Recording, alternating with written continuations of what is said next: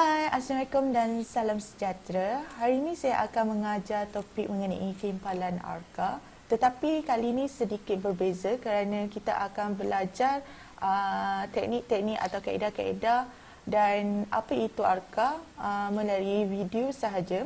Kerana kita semua tahu yang sekarang kita sedang alami wabak COVID-19.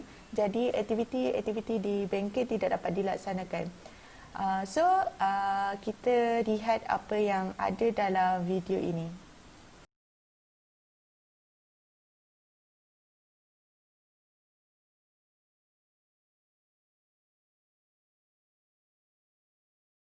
Berikut merupakan objektif yang ingin dicapai. Pertama, mengenal pasti dan mematuhi langkah-langkah keselamatan sebelum, semasa dan selepas proses timpalan arka. Kedua, mengenal pasti peralatan dan bahan timpalan arka. Ketiga, mengetahui fungsi peralatan dan bahan timpalan arka. Dan yang keempat, memahami dengan jelas proses melaksanakan timpalan arka. Apa itu timpalan arka? Timpalan arka ialah satu proses penyambungan dua bahan menggunakan elektrod dan kuasa elektrik. Okey, next adalah mengenai pelaksanaan kerja di mana pelajar perlu tahu peralatan yang perlu digunakan.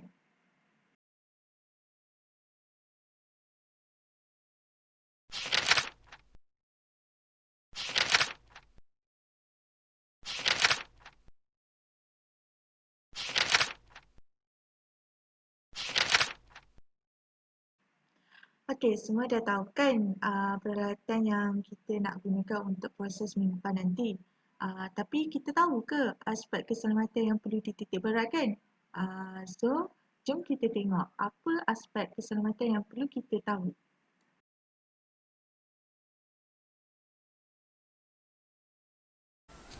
Okey, sekarang kita dah ready. Kita dah pakai jaket keselamatan. So, kita boleh mulakan proses menyimpan. Tapi sebelum tu, video ni kita tak menggunakan peralatan yang sebenar. Jadi, kita bayangkan je lah benda ni sebagai pelik besi,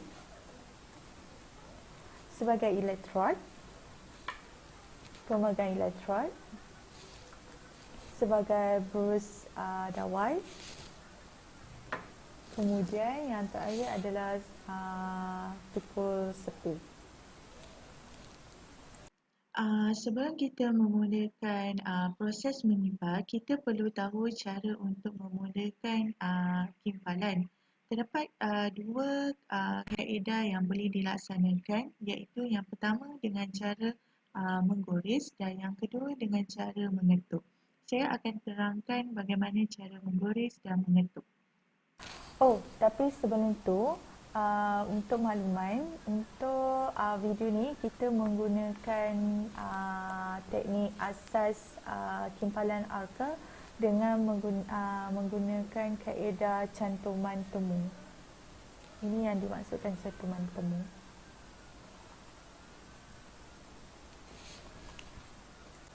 Okey, kaedah yang saya maksudkan tadi itu iaitu menggores dan mengetuk. Okey, yang pertama saya akan menunjukkan kaedah menggores. Okey, cara dia kita akan menggores sehingga menghasilkan percikan api. Kemudian cara kedua adalah dengan mengetuk, pun akan menghasilkan percikan api.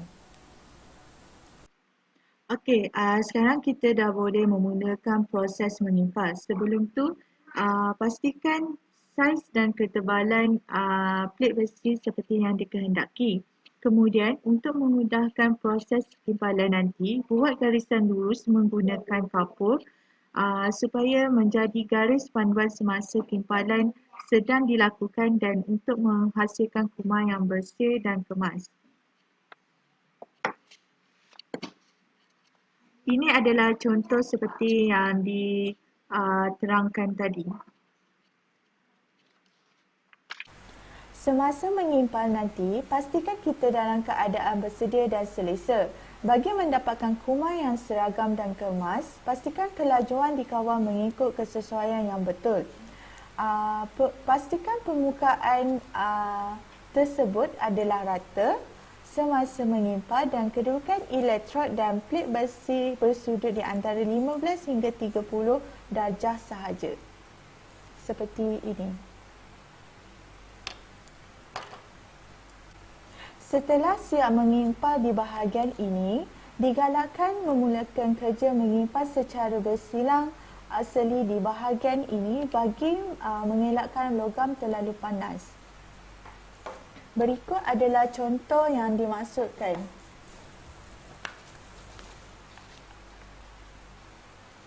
Di bahagian ini dan kemudian kita akan sambung di bahagian ini pula. Okey, ini adalah contoh kuman yang dihasilkan yang berwarna coklat ni. Okey, langkah seterusnya apabila plet besi ini dah sejuk, bersihkan sangga atau kotoran pada permukaan tersebut menggunakan tukur sepih. Okey, caranya adalah dengan menyerong untuk membersih sangga atau kotoran tersebut. Jadi ini adalah contoh hasil kimpalan yang baik di mana jarak dan kelajuan dikawal dengan sangat konsisten. Okey, jadi apakah kesan sekiranya kita tidak menjaga jarak, mengawal kelajuan dan sudut sewaktu mengimpal? Okey, ini kita boleh lihat sebagai gambaran sahaja kesan-kesan sekiranya kita tidak mengambil kira proses yang sepatutnya kita jalankan tadi.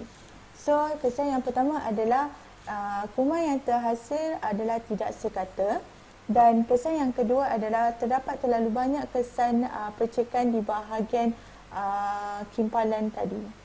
So, ini adalah penghasilan kuman yang seragam dan konsisten.